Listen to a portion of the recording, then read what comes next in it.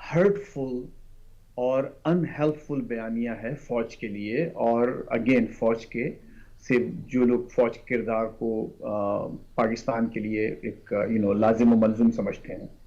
اس کی وجہ دیکھیے، بہت ابھی خود ہمارے تصوف بھائی نے بالکل کھل کے بات کہہ دی. اور مطلب اب مجھے آپ ہی بتائیے کہ ایک وزیر اعظم کا ایک اپنی ماتحت ایجنسی، یعنی جو کئی گریڈز یا لیولز جو ان سے نیچے آتی ہے، اس کے بارے میں ایک اہم پالیسی پلیٹ فارم پر اس صراحت کے ساتھ یہ بات کہنا کہ ISI لوگوں پر فائلیں رکھتی ہے اور ان سب کو معلوم ہے کہ وہ کیا کر رہے ہیں، یہ بہت ہی خطرناک بات وزیر اعظم نے کہی ہے. جو نواز شریف کے بیان کو تو لوگ یوز کریں گے بھارت میں اور ادھر ادھر، لیکن بھارت میں اور دوسری ان جگہوں پر جہاں پاکستان کے بہی خواہ موجود نہیں ہیں، وہاں وزیر اعظم کا بھی یہ بیان اسی شد و مس سے استعمال کیا جائے گا. اور صحیح. میں سمجھتا ہوں چونکہ یہ وزیر اعظم کی طرف سے آیا ہے، یہ زیادہ نقصان دہ ہے.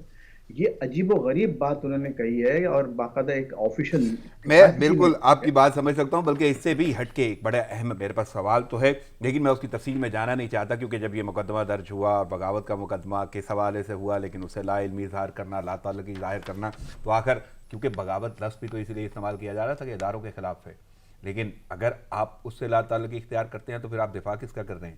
تو میں نہیں جانا چاہتا اس تفصیلات میں، لیکن تھوڑا سا آگے بڑھتے ہیں، کیونکہ وزیر اعظم نے تو بہت ساری باتیں کی ہیں کل کے خطاب میں، تو اپوزیشن کو بھی انہیں واضح بول دیا ہے، ان پر تنقید کی ہے، کہتے ہیں 2 سال بھی جلسے کر لیں نتیجہ صفر ہی رہے گا. تو فیصل، پہلے میں آپ سے یہ جاننا چاہوں گا کہ وہ کہتے ہیں باہر بیٹھا شخص لوگوں کو بغاوت پر اکسا رہا ہے، تو اب یہ بغاوت کون سی ہے؟ میں اگر آپ مقدمے کا بھی دفاع نہیں کرتے اور اس کو بھی باغی کہتے ہیں اور اسی بنا پہ کہ شاید وہ اداروں پہ کہتے ہیں، تو پھر کس کا دفاع کریں گے یہ؟ اور دوسرا وہ کیا جس کے بارے میں وہ کہہ رہے ہیں کہ وہ بغاوت پہ اکسا رہے ہیں، اور دوسرا نتیجہ صفر ہوگا اپوزیشن کے جلسوں کا، کیسے دیکھ رہے ہیں یہ وزیر اعظم کے اس بیان کو؟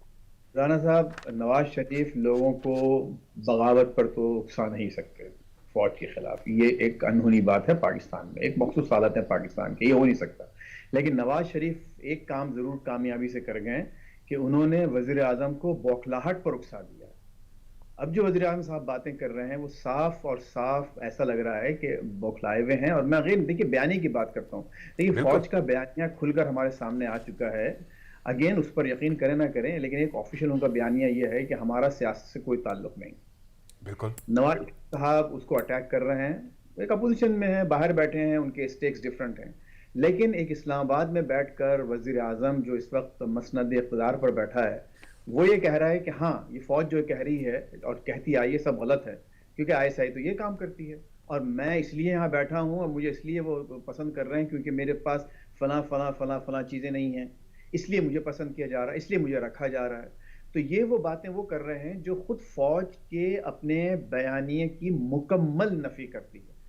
اب آئیے، آپ کا جو سوال ہے وہ ایک اہم ہے، جو بوکھلاہٹ والی میں نے بات کی. دیکھیے اس وقت میرا خیال ہے اپوزیشن کی اسٹریٹجی یہ ہے، خصوصاً نواز شریف کی، کہ وہ عمران خان کو اس نہج پر لے آئیں، ایسے کارنر میں پینٹ کر دیں جہاں وہ جو پاورز ہیں یا جو اسٹیبلشمنٹ ہے ان کے لیے ناقابل استعمال اور ناقابل قبول ہو جائیں. ایک ایسی لمٹ آ جائے کہ وہ ان کو ضرورت نہیں ہے کہ وہ ان کو چھیڑیں یا ان کو چھیڑیں، وہ حالات کو ایسے بگاڑ دیں گے ان کے لیے، وزیر اعظم کے لیے، یا کہ حکومت معاملات کے آگے لیے. بڑھیں گے. اور ایک وقت ایسا آئے گا کہ وہ اتنے he'll become such a hot potato. نہیں تو لیکن یہ تو کہیں نہ کہیں تو وزیر اعظم خود سے یہ اپنے اراکین کو کہتے رہے کہ انہیں جارحانہ انداز اپنانا ہوگا، اور ہدایت کی. اپنانے میں آپ غلطیاں کر رہے ہیں. صحیح. یہ آریانہ انداز تو نہیں ہے، یہ تو آپ کے جو مکرمی و مربی ہیں، آپ انہی کے پیچھے پڑ گئے لٹ لے کے. بظاہر تو آپ ان کی حمایت میں جواب دے رہے ہیں، محبت میں دے رہے ہیں، لیکن آپ نادان دوستی کا کام کر رہے ہیں. وہی کام کر رہے ہیں جو ایک بندر نے مکھی مارنے کے لیے اپنے دوست کی ناک پر پتھر مار دیا تھا. آپ وہی کام کر رہے ہیں. صحیح. چلے میں واپس آپ کی جانب آؤں گا اسی حوالے سے کہ اپوزیشن کے بارے میں جو وزیر اعظم کہتے ہیں، لیکن میں ذرا گیلانی صاحب سے یہ پوچھ لوں کہ گیلانی صاحب آپ کیسے دیکھ رہے ہیں وزیر اعظم کے یہ بیان اپوزیشن کے حوالے سے اور نواز شریف کے حوالے سے کہ وہ اکسا رہے ہیں باہر بیٹھے؟ دیکھیں اس بیان کے دو حصے ہیں. تو پہلا حصہ تو یہ ہے کہ اپوزیشن جتنے مرضی جلسے جلوس کر لے, جتنی مرضی تحریک چلا لے, حکومت کا کچھ نہیں بگڑنے والا. تو یہ وہ بیان ہے جو ہر حکومت کی طرف سے آتا ہے جب بھی کوئی ایسی صورتحال بنتی ہے, جب اپوزیشن کہتی ہے جی ہم نے ایک تحریک چلانی ہے. تو یہ ڈیفینیٹلی اپنے کیمپ کو انہوں نے مطمئن کرنا ہے اور اپنا کانفیڈنس شو کرنا ہے. دوسری بات یہ ہے کہ بے شک اس میں کوئی شک نہیں ہے کہ اپوزیشن جلسے جلوس کرتی رہے, حکومتیں اس سے نہیں گرتی, لیکن ایک پینک ضرور کریٹ ہوتی ہے, ایک پریشر ضرور بلڈ ہوتا ہے, اور کہیں نہ کہیں لوگوں کو یہ سوچنے پہ مجبور کیا جاتا ہے کہ اگر ملک اس وقت مختلف فرنٹس پہ کچھ چیلنجز فیس کر رہا ہے تو اس کو کس طرح سے اس بھنور سے نکالا جائے. تو لوگ کچھ نہ کچھ ترکیب بنانے کی طرف ضرور مائل ہوتے ہیں. تو ٹریگر ضرور ہوتی ہے اپوزیشن کی تحریکوں سے یہ چیزیں. دوسری بات جو انہوں نے یہ بات کی نا کہ باہر بیٹھا شخص لوگوں کو بغاوت پہ اکسا رہا ہے, تو اس کے بھی میں دو پہلوؤں کے ذکر کروں گا بڑی جلدی سے. پہلی بات تو یہ ہے کہ میرا خیال ہے, مجھے نہیں یاد پڑتا کہ کسی بھی اپوزیشن لیڈر نے یا سیاسی لیڈر نے اتنا کھل کے اسٹیبلشمنٹ کے خلاف باقاعدہ نام لے کے بات کی ہو. اس سے پہلے اشاروں کنایوں میں ضرور باتیں ہوتی تھیں, لیکن نواز شریف صاحب نے بہت کھل کے کچھ باتیں کی ہیں. میرا مشورہ انہیں یہ ہوگا کہ تھوڑا احتیاط کا دامن رکھا جائے, کیونکہ یہ ایک بڑا نازک اور بڑا ایک باریک نقطہ ہے کہ جب آپ بات کرتے ہیں کچھ اداروں کی تو الٹیمیٹلی کہیں نہ کہیں وہ بات رائٹ صحیح پیرائے میں نہ سمجھی جاتی ہے, نہ وہ پرسیپشن اچھا دیتی ہے, اسپیشلی ہمارے دشمن ممالک کے حوالے سے. یعنی آپ کو یہ لگتا ہے کہ جو بھی بیانات دیے گئے وہ کہیں نہ کہیں اثر انداز ہوئے؟ ہاں, تھوڑا اس میں احتیاط کی ضرورت ہے, اس کو ذرا محتاط انداز میں کرنا چاہیے.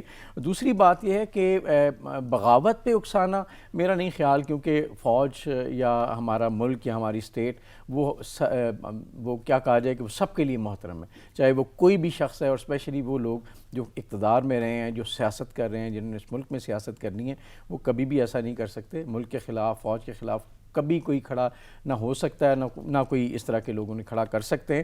تو یہ تھوڑی بلو دا بیلٹ بات ہے. لیکن کہیں میں فیض صاحب کی بات سے اتفاق کرتا ہوں کہ جو حکومتی رویہ ہے, حکومتی اراکین کا جو رویہ ہے, وہ کہیں نہ کہیں ایسی صورتحال کریٹ کر دیتا ہے کہ ہر ایک کو جواب دینا پڑ جاتا ہے. یہ بات فیض صاحب نے بڑی اچھی کہی, اور آپ نے بھی ہائی لائٹ اچھے. دیکھیں ہوتا یہی ہے کہ بعض اوقات نا آپ اپنے دوستوں کو امبیرس کرنا شروع کر دیتے ہیں. ابھی جیسے کہ پچھلے دنوں بیان آیا کہ جی فوج کا ملک کی سیاست سے کوئی تعلق نہیں ہے, بڑا واضح بیان تھا. اب اگر آپ اس طرح کی باتیں کر رہے ہیں کہ آپ ہائی لائٹ کر رہے ہیں کہ نہیں میں اگر بیٹھا ہوں یا ہماری حکومت اگر بیٹھی رہے گی تو وہ فوج کی وجہ سے یا ISI کی وجہ سے بیٹھی رہے گی, تو اس کا مطلب یہ ہے کہ آپ ان لوگوں کو امبیرس کر رہے ہیں, ان کے بیان کی نفی کر رہے ہیں, وہ پیغام دے رہے ہیں ان ممالک کو, ان قوتوں کو جو کہ ہر وقت اس طرح کی چیزوں کی تلاش میں رہتے ہیں. تو میرا خیال ہے یہ تھوڑی کم فہمی کہہ لیجیے, نادانی کہہ لیا جائے. فیض صاحب اب میں آپ کی طرف آؤں گا, اور اپوزیشن کے حوالے سے بھی مجھے پوچھنا ہے کہ واقعی کیا نتیجہ صفر ہوگا جو احتجاجی تحریک چل رہی جس کے بارے میں وزیر اعظم کہتے ہیں کہ کچھ نہیں ہوگا, جتنے مرضی جلسے کر لیں؟ دیکھیے تصدق صاحب نے بہت اچھی بات کی کہ اس میں جلسے جلوس کرنے سے چیزیں تھوڑی سی ڈسٹیبلائز ضرور ہوں گی, حالات مزید غیر مستحکم ہوں گے. اب یہ حکومت کو گرا نہیں سکتے جب تک کہ حکومت کے ساتھ اسٹیبلشمنٹ ہے, اور بقول ہمارے پرائم منسٹر کے خود ان کے اپنے فرمان کے مطابق جب تک ان کے ساتھ کوٹ ان کوٹ ISI ہے. حالانکہ میں اس پیرائے میں خود بیان نہیں کرنا چاہتا, اس کو نہ کرنا چاہوں گا, لیکن کیونکہ ہمارے وزیر اعظم نے خود یہ کہا تو اس لیے اس کو دہرا رہا ہوں. اگر ان کے ساتھ جب تک ISI ہے, اور جو 4-5 جو اہم گروپ ہیں خصوصاً قاف لیگ اور MQM جو کہ بغیر کسی اشارے کے ان سے الگ نہیں ہوں گے, تو اس وقت تک تو یہ کہیں نہیں جا رہے. ہاں یہ اب دیکھنا یہ ہے کہ ہمارے جو وزیر اعظم صاحب کے علاوہ جو اپوزیشن میں جو بیٹھے ہوئے ہیں, خصوصاً نواز شریف, جو جس بیانیے کے ساتھ سامنے آئے ہیں وہ حالات کو کس حد تک غیر مستحکم کر سکتے ہیں. تو وہ ایک ایسا ہوگا کہ جب وہ ایک لائن کراس کرنے میں اگر کامیاب ہو گئے تو اس حکومت کو ناقابل قبول بنا سکتے ہیں. وہ ایک حالت اس طرف پہنچ جائے کہ وہ بس اب کچھ نہ کچھ کرنا پڑے گا. اور میرا خیال یہ ہے کہ نواز شریف کا جو اس وقت جو ایک چاہیے سمجھنا چاہیے کہ پلان ہے یا ان کا مقصد ہے, وہ یہی ہے کہ اگر میں نہیں کھیل سکتا تو ان کو بھی نہیں کھیلنے دوں گا. یہ اس وقت ہے کیونکہ جو وہ صحیح. کرنے جا رہے ہیں ان کو اس کے نتائج ان کے لیے بھی کوئی بہت اچھے نہیں نکلیں گے. یہ نہیں ہوگا کہ یہ ہٹ جائیں گے، فورن الیکشن میں جائیں گے اور وہ پھر بھاری اکثریت سے دوبارہ 2/3 میجورٹی سے آ کے پھر بیٹھ کر پھر اپنی وہی پالیسیز بنانا شروع کر دیں گے اور چلانا شروع کر دیں گے. وہ نہیں ہوگا اس طرح، بالکل ٹھیک ہے، یعنی ایسا ہوگا نہیں جیسا سوچا جا رہا ہے. لیکن میں تھوڑا سا مزید آگے بڑھتا ہوں. جس طرح فیض صاحب آپ نے بھی بات کی اور گیلانی صاحب بھی یہی کہہ رہے ہیں کہ حکومت کو کچھ نہیں ہوگا یا حکومت گرے گی نہیں اگر فائنل ورڈز ہم دیکھیں. لیکن اپوزیشن یہ کہتی ہوئی نظر آ رہی ہے، گیلانی صاحب بلاول بھٹو نے یہ جملہ بول دیا، الٹی گنتی شروع ہو گئی ہے، اب عمران خان کو گھر جانا پڑے گا. اور ساتھ ساتھ میں احسن اقبال بھی یہ بولے ہیں کہ اب یہ حکومت نہیں رہے گی. تو یہ کیا خالی پیلی دعوے ہیں، باتیں ہیں بس؟ دیکھیں بلاول بھٹو جو ہیں وہ بہت عرصے سے یہ بات کرتے آ رہے ہیں. انہوں نے بات شروع کی تھی کہ ہم حکومت شروع میں کہ حکومت کے ہر اچھے اقدام کی ہم حمایت کریں گے، ان کے ساتھ کھڑے ہوں گے.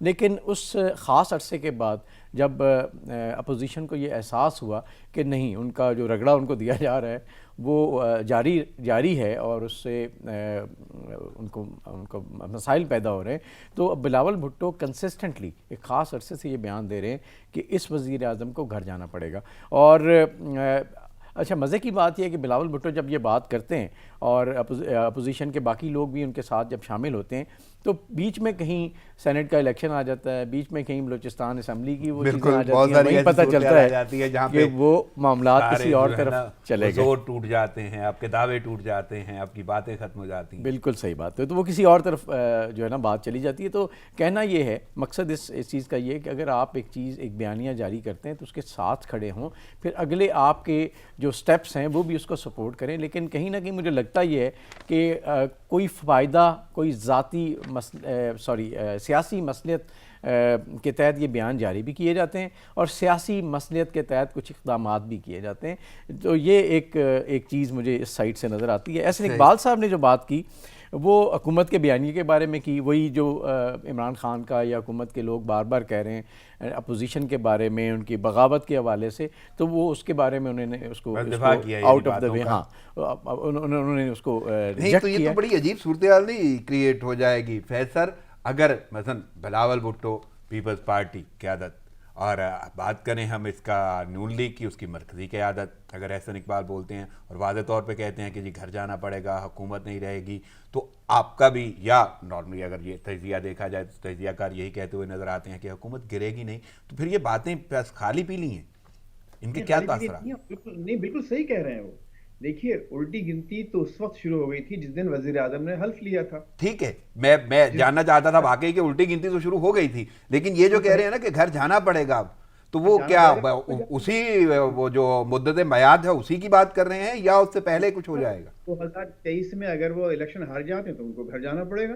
اگر 5 سال بعد مزید جیت جاتے ہیں تو 5 سال بعد جانا پڑے گا.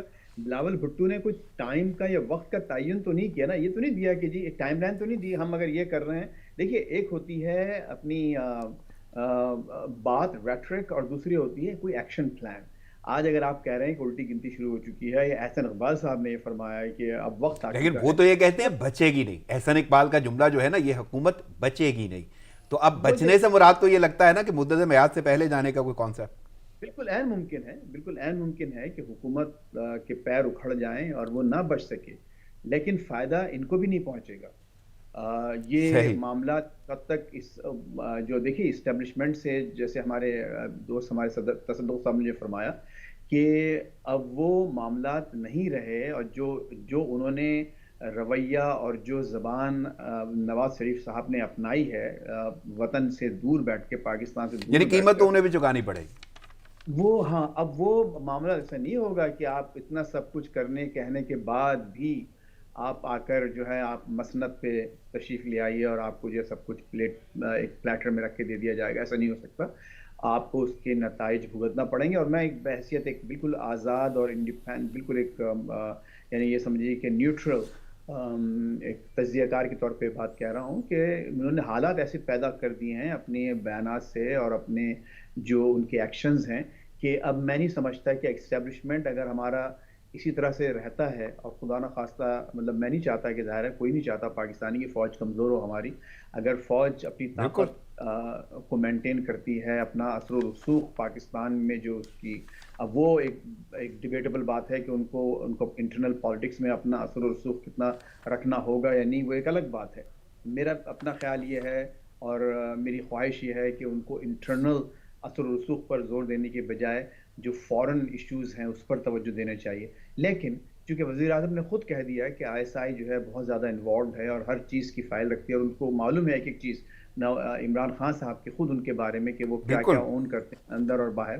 تو اب یہ تو فوج طاقتور ہے، اور فوج کے خلاف ایسا بیانیہ اختیار کرنے کے بعد نواز شریف کی سیاست کو میں یہ تو نہیں کہوں گا کہ ختم ہو گئی، لیکن ابھی وہ پاور میں آنے کا مرحلہ مسلم لیگ نون کا بہت بہت آگے ہے. اگر صحیح. عمران خان جاتے ہیں تو اس کا فوری نتیجہ یہ نہیں نکلے گا کہ آپ کو مسلم لیگ نون کی شکل میں کوئی حکومت مل جائے گی. صحیح. یعنی اگر بات کی جائے تو ابھی تک بات جو ہے بیانیے تک ہے، یعنی بیانیے کی جنگ جاری ہے. اور گیلانی صاحب میں آپ سے یہ پوچھنا چاہوں گا کیونکہ جارحانہ بڑا موڈ ہے حکومتی اراکین کا، اور حکومت آج بھی ایک ایسی سیرمنی ہوگی جس میں وہ حلف اٹھائے جائیں گے، اور واضح طور پہ یہی کہا گیا ہے کہ بیانیہ جو ہے نا وہ جارحانہ ہوگا. اور میں اگر یہاں پہ تھوڑا سا ریفرنس پیش کروں، بلکہ ہیڈ لائنز کا حصہ ہے، وہ PTI کے رہنما ہیں حلیم عادل شیخ. انہوں نے ایک جملہ بولا ہے، انہوں نے PDM جو ہے اس کو ایبریویشن کے طور پہ جو استعمال کیا ہے کہ وہ پاکستان ڈکیٹ موومنٹ، اور بلکہ ان کا تو جو صورتحال ہے انہوں نے ڈاکو کا لفظ بھی استعمال کیا ہے، ڈاکو موومنٹ. تو آپ کو یہ لگتا ہے کہ یہ بیانیہ حکومت کو سوٹ کرتا ہے یا اس کا کوئی اثر پڑے گا اپوزیشن پہ؟ اس سے کس کو فائدہ ہو رہا ہے؟ دیکھیں یہ عجیب و غریب باتیں اکثر سیاستدان آج کل کہتے پائے جاتے ہیں، بلکہ یہ ایک ہمارا کلچر، سیاسی کلچر انفارچونیٹلی بن گیا ہے. دیکھیں اگر بات کی جائے کہ حکومت میں یا اپوزیشن میں کون سے پولیٹیکل لیڈرز ہیں یا پولیٹیکل کلاس ہے، تو دونوں سائڈوں پہ آپ کو آلموسٹ ایک جیسے لوگ ہی بیٹھے نظر آتے ہیں. تو یہ کہا جائے کہ کوئی ایک سائیڈ مکمل طور پہ ڈکیت ہے یا ڈاکو ہے اور ان کا کردار ایسا ہے، تو میرا خیال ہے یہ کہنا بالکل غلط ہوگا. کیریکٹرز ہیں دونوں طرف ہیں جو کہ جن کے بارے میں یہ کہا جاتا ہے. انہوں نے تو شارٹ فارم کو فل فارم کیا ہے. جی ہاں. تو یہ اگین پھر وہی میں بات کرتا ہوں کہ حالانکہ بہت سارے ایسے لفظ ہیں جو اگینسٹ استعمال ہو جاتے ہیں یا ہو سکتے ہیں. میں صرف یہی جاننا چاہتا ہوں کہ یہ کس کے حق میں جاتا ہے یہ بیانیہ، اور کیا حکومت اگر بول رہی ہے حکومت کو کوئی فائدہ بھی ہوگا. لیکن گیلانی صاحب یہاں پہ مجھے رکنا ہوگا، ایک چھوٹا سا بریک لینا ہوگا. ناظرین پروگرام جاری ہے، ایک شارٹ بریک، ساتھ رہیے گا.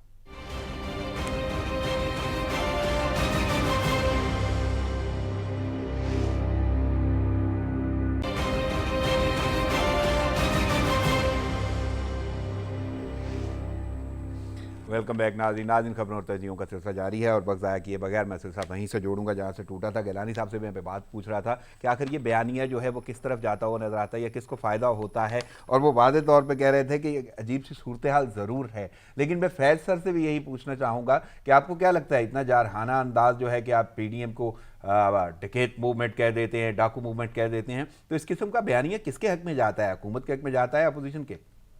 نہیں، یہ کسی کے حق میں نہیں جاتا، یہ صرف بولنے والے کے حق میں جاتا ہے، کیونکہ وہ یہ جانتا ہے کہ یہ اس کا مخاطب کون ہے. وہ جس کے لیے بول رہے ہیں یہ بات، وہ سن رہا ہے اور ان کو تھپکی دے رہا ہے. اور یہ ہر جگہ یہ حال ہے. یہاں پر امریکہ میں جب کوئی بہت ہی ڈائی ہارڈ سپورٹر ان کا کچھ بولتا ہے نا ٹی وی پہ آ کر، تو اس کو یہ معلوم ہے کہ ہاں اس وقت یہ ٹرمپ میری بات سن رہا ہے. تو وہ ایک ایسے لوگوں کا اکثر جو آڈینس ہے وہ ون مین آڈینس ہوتا ہے. ان کو معلوم ہے کہ کوئی اس پر سوائے ہنسنے کے اور کوئی اس کا ریئیکشن نہیں ہوگا، لیکن جن کو میں سنانا چاہتا ہوں وہ ضرور مجھے کچھ نہ کچھ انعام دیں گے، کوئی نہ کوئی چیز دیں گے، تھپکی دے دیں گے، یا ہو سکتا ہے کبھی بلا کے بلکہ کر لیں. تو یہی مقصد ہوتا ہے، اس کے علاوہ اور کوئی مقصد نہیں. اور حلیم عادل شیخ صاحب کی کوئی نہ حیثیت ہے نیشنل پالیٹکس میں. خود ان کے اپنے بارے میں جو آپ دیکھیے وہاں پر جو الزامات ان پر لگائے جاتے ہیں، بڑے سنگین الزامات لگے ہوئے ہیں، اور میرے خیال میں کچھ کیسز وغیرہ بھی ہو چکے ہیں. بالکل ایسی ہی کوئی صورتحال دیکھنے میں آتی ہے، لیکن وہ تو وقت بتائے گا کہ کیا صورتحال ہوتی ہے. لیکن کیونکہ وہ حکومتی اراکین میں تو ہے نا. ہاں، یہی الفاظ وہ ان کے بارے میں بھی استعمال کیے جا سکتے ہیں. صحیح، ٹھیک ہے، میں آگے بڑھتا ہوں، لیکن اس سے اہم شخصیت، بڑی شخصیت اور وفاقی وزیر ہیں، عہدہ ہے ان کے پاس، اور ان کا جملہ جو ہے اور ان کا انداز، لہجہ، یہ سب کچھ بڑی اہمیت کا حامل ہے، اور حالیہ جو صورتحال سیاست کی اس میں بڑا کردار ادا کرتا ہے۔ فیصل، پہلے میں آپ سے یہ پوچھنا چاہوں گا، فواد چودھری کہتے ہیں جمہوریت کا آغاز پہلے اپنی پارٹی سے ہونا چاہیے، مسلم لیگ نون میں جمہوریت کا پرچار دھوکہ ہے، اور واضح طور پہ انہوں نے ایک جملہ استعمال کیا ہے کہ سینئر لوگ ہاتھ باندھے قیادت کا انتظار کرتے ہیں۔ اب یہ جو جملہ ہے جس کی وجہ سے جمہوریت پہ قدغن آتے ہیں، اور فواد چودھری صاحب بات کر رہے ہیں کہ جی ہر نون لیگ کو اپنی پارٹی کے بارے میں سوچنا چاہیے، تو آپ کو کیا لگتا ہے باقی پارٹیز واقعی کیا اس سے مبرہ ہیں، وہاں پہ کچھ ایسا نہیں ہوتا یا آ رہی ہیں؟ فواد چودھری صاحب بڑی منفرد سیاسی شخصیت ہیں، اور وہ بہت اچھی طرح جانتے ہیں کہ ان کا سیاسی مستقبل کسی ایک جماعت سے یا کسی ایک گروہ سے نہ وابستہ رہا ہے اور نہ بالکل وابستہ رہے گا۔ آج اگر، اور کھل کے وہ خود بھی کہہ چکے ہیں کہ میں زندگی بھر کے لیے تحریک انصاف میں رہنے کا میرا کوئی پروگرام، یہ میرے خیال ہے آن صحیح، ایئر بھی یہ بات کر چکے ہیں وہ۔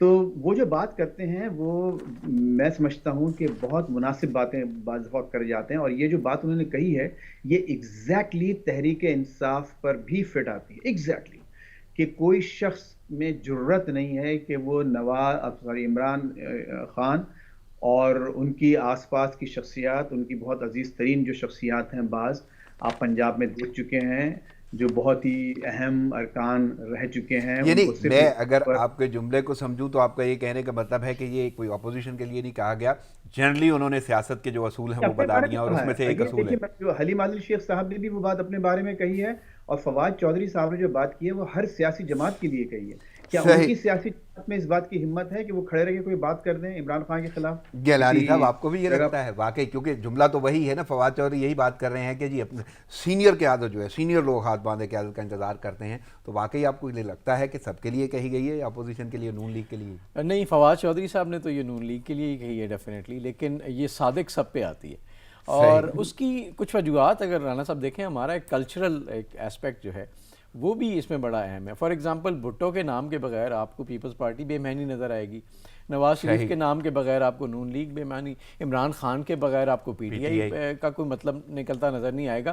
تو یہ ہمارا ایک پولیٹیکل عوامی کلچر بھی ہے جس میں کچھ ہم نے بڑے نام، میں بت تو نہیں کہوں گا، بڑے نام تراشے ہوتے ہیں اور ہم انہی کو فالو کرتے ہیں، ایک آئیکونک فگر، اور اس میں جو پولیٹیکلی ان فگرز کو جب بنایا جاتا ہے، جب پولیٹیکلی یہ فگرز تراشی جاتی ہیں تو اس وقت ان کو بھی بہت بڑا رتبہ دے دیا جاتا ہے۔ تو میں اگین یہ کہوں گا کہ ہمارے ہاں جو دیکھیں نا، سیاست میں جو ذاتی تنقید ہوتی ہے اس کو میں ڈسکریج کرتا ہوں، لیکن اس کو جسٹیفائی لوگ اس طرح کرتے ہیں کہ سیاست میں بت بنائے جاتے ہیں اور ان بتوں کو پھر فالو کرایا جاتا ہے، اور ان بتوں کو پھر کبھی نہیں، فرشتہ میں اور اگر کبھی یہ جملہ شیطان کے استعمال روپ کروں میں کہ سارے تراشے ہی جاتے ہیں، سارے طرح کوئی گاڈ گفٹڈ کوئی ایسا پولیٹیشن نہیں ہے ملنے والا۔ انفارچونیٹلی نہیں ہے، ہونا تو یہ چاہیے نا۔ دیکھیں جیسے رانا صاحب، بہتا پانی جو ہے نا وہ ہمیشہ صاف ہوتا چلا جاتا ہے، تو اسی طرح جب سیاست بھی ایک ایسی چیز ہے کہ جو اگر مسلسل چلتی رہے گی تو پھر آپ کو پتہ چلے گا کہ اس میں سے کھرا کون ہے، کھوٹا کون ہے، جو گند ہے وہ آہستہ آہستہ بیٹھ جاتا ہے،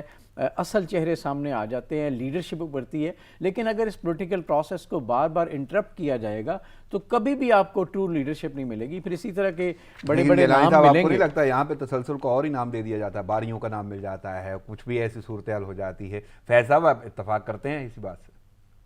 جی دیکھیے، سب سے بڑی بات ہے کہ میں گیلانی صاحب کو ایک ٹریبیوٹ پیش کرنا چاہتا ہوں کہ یہ واقعتاً بالکل نیوٹرل تجزیہ کار ہیں، اور ان کی جو باتیں ہیں وہ یہ ایکچولی موٹیویشنل بہت اسپیکر بھی ہیں اور بہت سارے ایسے سیمینارز اٹینڈ کرتے ہیں۔ بہت مشکل ہے ان کو کسی ایک جگہ پلیس کرنا۔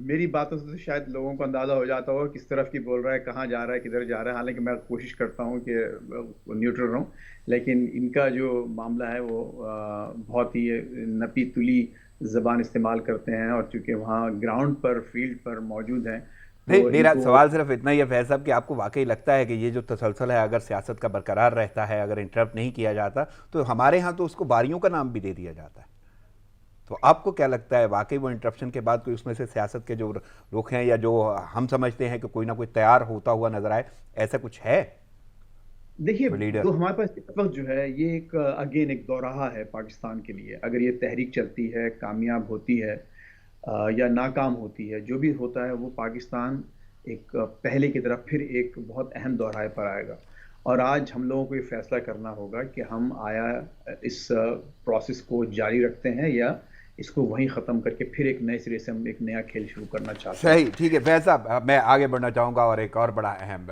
یوں کہنے کے ہیڈ لائنز ہے میرے پاس، اور وہ یہ ہے کہ نیب نے سفارش کر دی ہے نواز شریف کے شناختی کارڈ اور پاسپورٹ کی منسوخی کی، اسے کیسے دیکھ رہے ہیں؟ مجھ سے پوچھ رہے ہیں آپ؟ جی فیض صاحب۔ ہاں، یہ دیکھیے اگین احمقانہ فیصلہ ہے آپ کا۔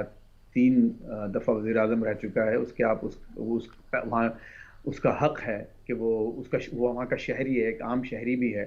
آپ اس کی پالیسی سے، اس کی شخصیت سے، آپ ہر چیز سے اس کی اختلاف کر سکتے ہیں، لیکن اس کا یہ حق نہیں چھین سکتے۔ وہ کسی ایک مجرم، بدترین مجرم کا بھی یہ حق نہیں چھینا جاتا کہ اس کی شہریت واپس لے لی جائے۔ جو ترقی یافتہ ممالک ہیں امریکہ میں، ایک جو بدترین مجرم، مرڈر سے لے کے ریپ کا جو مجرم ہے، وہ اس کا صرف ووٹ کا حق چھینا جاتا ہے کہ وہ ایز اے کانوکٹ وہ ووٹ نہیں دے سکتا، لیکن اس کا یہ جو آزادی کے بعد یا سزا کے بعد پاسپورٹ لینا یا شناختی کارڈ لینا، یہ اگین یہ نہیں تو آپ کو لگتا ہے کہ کیا یہ ہو جائے گا؟ نہیں، آج کہا ہے، کل ختم ہو جائے گا، پھر یہ ظاہر ہے چیلنج ہوگا، عدالت میں جائے گا معاملہ، اور ان کو یہی بات گیلانی صاحب میں آپ سے جاننا چاہتا ہوں۔ دیکھیے، جیسے فیض صاحب نے کہا کہ کسی شخص سے اس کی شہریت نہیں چھینی جا سکتی، وہ مجرم ہو سکتا ہے، وہ کسی غلطی کا مرتکب ہو سکتا ہے، لیکن اس سے شہریت، اس کی شناخت نہیں چھینی جا سکتی۔ نیب نے جو یہ عمل کیا ہے، میرا نہیں خیال کہ اس کو پسندیدہ نگاہ سے دنیا بھر میں دیکھا جاتا ہوگا، اور میرا یہ بھی خیال نہیں ہے کہ حکومت یا ادارے اس کو انکریج کریں گے۔ بھی ایک دھمکی یا ایک چلیں میں آپ کی بات سے اتفاق کر لیتا ہوں، آپ کی رائے سے اتفاق کر لیتا ہوں۔ وہ جنرل آپ جی فیض سر، ایک تلوار اور لٹکا دی گئی ہے نواز شریف پر۔ نہیں، میں تو صرف یہ جاننا چاہتا ہوں کہ اگر واقعی جنرل پرسیپشن ایسی ہے تو پھر ادارہ کہیں نہ کہیں آپ کو اس کے بارے میں کوئی ساکھ بگڑتی ہوئی نظر نہیں آتی گیلانی صاحب؟ جی بالکل، ادارے کی ساکھ دیکھیں، نیب کی ساکھ تو بہت بری طرح سے متاثر ہو چکی ہے۔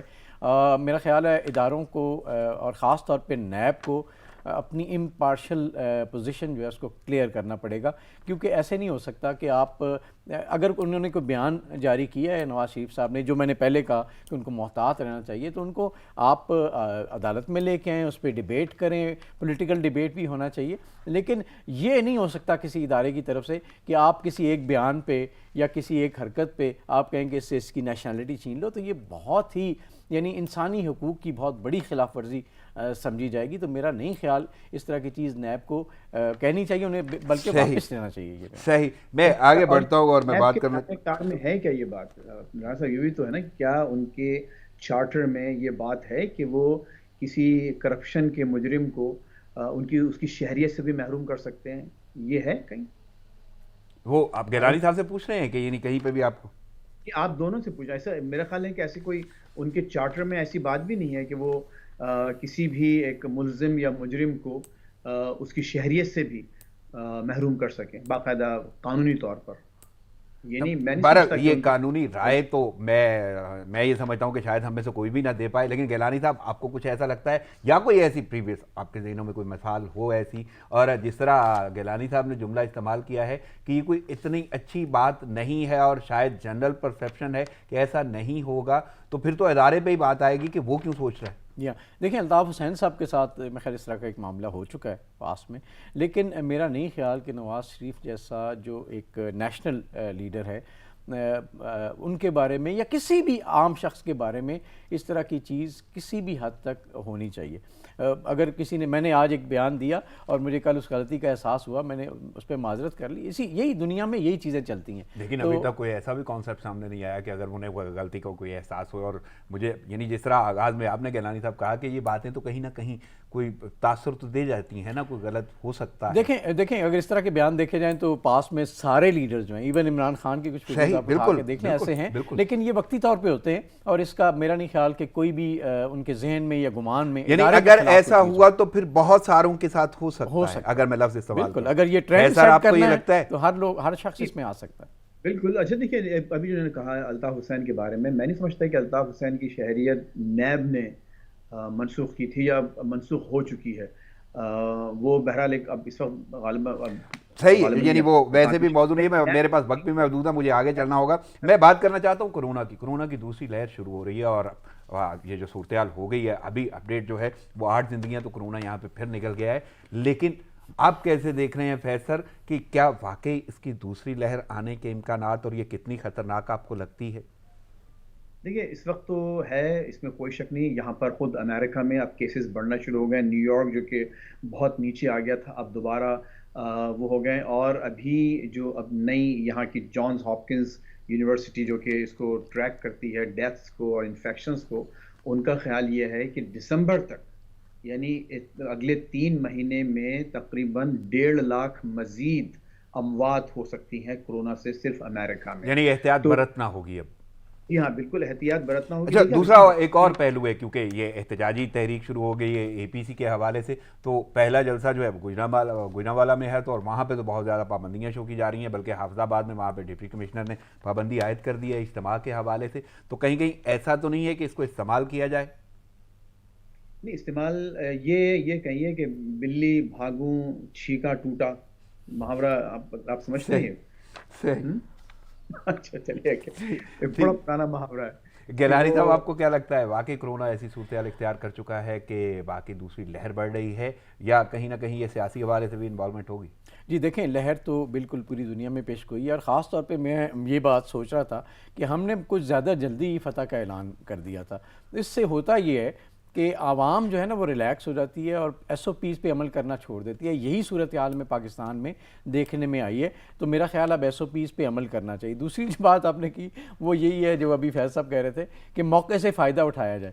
تو وہ پولیٹیکلی موقع سے فائدہ اٹھانے والی بات بھی ہو سکتی ہے. تو دونوں چیزیں اپنی جگہ ہیں، لیکن کورونا کے بارے میں ہمیں سیریس ہونا چاہیے. گیلانی صاحب، کیونکہ محدود وقت ہے، میں جلدی سے پوچھنا چاہوں گا کہ واقعی ایک رخ مہنگائی کا تو ہے. اب وہ مہنگائی جو ہے، بلکہ میں اس لیے ذکر کر رہا ہوں کہ یہ ہیڈ لائنز کا حصہ ہے کہ 78 روپے کلو تو آٹا ہو گیا ہے، اور یہ 2 وقت کی روٹی جو ہے وہ واقعی سوالیہ بن گئی ہے، اور غریب کے لیے تو بہت زیادہ. تو کیسے دیکھ رہے ہیں واقعی یہ کوئی صورتحال گمبھیر نہیں ہوتی جا رہی؟ سر بہت زیادہ گمبھیر ہے. میرا خیال ہے اگر اس گورنمنٹ کے خلاف، اور اس جو سب سے بڑا ایک کیس جو بنتا ہے وہ اکانومی کے حوالے سے ہے. عام آدمی کو سہولت فراہم کرنا، اس کی بیسک نیڈز کو پورا کرنا، یہ حکومتوں یا اس کا فیسیلیٹیٹ کرنا یہ حکومتوں کا کام ہے. 2-3 طرح کے انٹرنل چیلنجز ہیں. ایک تو یہ کہ مہنگائی بڑھتی جا رہی ہے. دوسرا یہ کہ آپ کا جی ڈی پی الاؤ نہیں کرتا کہ انویسٹمنٹس آئیں یا لوگوں کو ملازمتیں ملیں. آپ کو پاکستان جیسی آبادی کے لیے 7% جی ڈی پی چاہیے جب روزگار کے مناسب مواقع پیدا ہوں، لوگ انکریج ہوں کہ آ کے انویسٹمنٹ کریں. تو یہ جو صورتحال ہے، میرا خیال ہے ہم بری طرح فیلئر کا شکار ہیں. ہمیں اس پہ فوراً کوئی نہ کوئی اس کا حل نکالنا چاہیے. غریب آدمی یہ افورڈ نہیں کر سکتا کہ اس کو 2 وقت کی روٹی کھانے کے لیے بھی بہت سارے مسائل کا سامنا میرا کرنا. سوال تو اصل میں یہ ہے، بلکہ میں فیض صاحب سے یہ پوچھنا چاہوں گا کہ مہنگائی ہے جو صورتحال نظر آ گئی ہے، تو اس کا کیا کوئی نہ کوئی حل نکلے گا، یا یہ بھی استعمال ہی ہوگی، وہ چاہے حکومت کے خلاف ہو یا حکومت اس کے بارے میں نہ سوچے، کہیں اور الجھی رہے؟ یعنی یہ ساری کی ساری حالیہ صورتحال میں غریب شخص جو ہے اس کی واقعی 2 وقت کی روٹی جو ہے وہ اچھی خاصی متاثر ہو گئی ہے. تو کیسے دیکھ رہے ہیں فیض صاحب؟ دیکھیے جہاں تک اس حکومت کا تعلق ہے، اس میں تو کوئی شک نہیں کہ یہ تقریباً ہر فرنٹ پر ناکام ہو چکے ہیں. اور جو خصوصاً عوام کو ریلیف دینا اور یہ تبدیلی کا نعرہ لگا کے لے کے آنا اور یہ غریبوں کی بات کرنا اور کرپشن کو ختم کرنا اور یہ کہنا ہے کہ ہم اربوں ڈالر لے کے آئیں گے اور ہمارے پاس سے فوراً مہنگائی ختم ہو جائے گی، عام آدمی کا لیونگ اسٹینڈرڈ بہت ہائی ہو جائے گا، وہ سب دعوے بے بنیاد اور کھوکھلے تھے اور ثابت ہو چکا ہے اور ناکام ہو چکے ہیں. اب دیکھنا یہ ہے، اور آپ کا سوال بہت موزوں ہے، کہ آیا یہ جو تمام اس وقت جو فیکٹرز ہیں وہ اس کو اپوزیشن کس حد تک کیپٹلائز کر سکتی ہے. بات دراصل یہ ہے، باٹم لائن یہ ہے کہ ٹھیک ہے، ان تمام باتوں کا، ان تمام جو نیگیٹو فیکٹرز ہیں اس کا نقصان اس میں کوئی شک نہیں ہے کہ عمران خان کو اور ان کی حکومت کو ہو رہا ہے اور ہوگا، اور اس کے نتیجے میں وہ گھر جا سکتے ہیں. لیکن اصل سوال یہ ہے کہ کیا اپوزیشن ان تمام چیزوں کو ہائی لائٹ کر کے، ایکسپلائٹ کر کے اپنے حق میں کوئی بہتر نتائج حاصل کر سکتی ہے؟ I doubt it. نہیں، میرا خیال ہے کہ ایسا نہیں ہوگا. ان کو اس کا فائدہ ہوگا، لیکن عمران خان کا ضرور بہت بڑا نقصان ہو سکتا ہے. صحیح, میں آگے بڑھنا چاہوں گا اور بھارت کی بات کرتے ہیں, اور بھارت اور داعش کا چولی دامن کا ساتھ ہے, اور یہی تعلق جو ہے وہ انتہائی خطرناک ثابت ہوتا ہوا نظر آ رہا ہے, یہ خطرے میں ڈال رہا ہے خطے کو. یہ کہنا ہے امریکی جریدے کا فارن پالیسی اور ان کا یہ انکشاف ہے. بلکہ میں پہلے فیض صاحب آپ سے جاننا چاہوں گا کہ آپ کیا کہیں گے کہ بھارت کا وہ چہرہ واقعی بے نقاب ہوتا ہوا نظر آ رہا ہے جو بڑا بھیانک ہے, اب دنیا جان رہی ہے. دیکھیے اب تو یہ بات واضح ہو گئی ہے کہ یہ آئیسس اور داعش یہ ایک سازش تھی, اور کس کے خلاف تھی؟ مسلمانوں کے خلاف تھی ایٹ لارج. اور ابھی میں کل ایک ٹی وی پہ بات کر رہا تھا تو ایک حیرت انگیز بات ہے. ابھی دیکھیے ٹرمپ پچھلے 4 سال سے موجود ہیں, اور آپ کو ایسی کوئی تحریک نہ عالم اسلام میں نہ اس کے آس پاس کہیں کوئی چیز نظر نہیں, نہ القاعدہ کا کوئی ذکر آ رہا ہے, نہ آئیسس کا کوئی ذکر آ رہا ہے, نہ کوئی بڑا ٹیررسٹ اٹیک ہوا.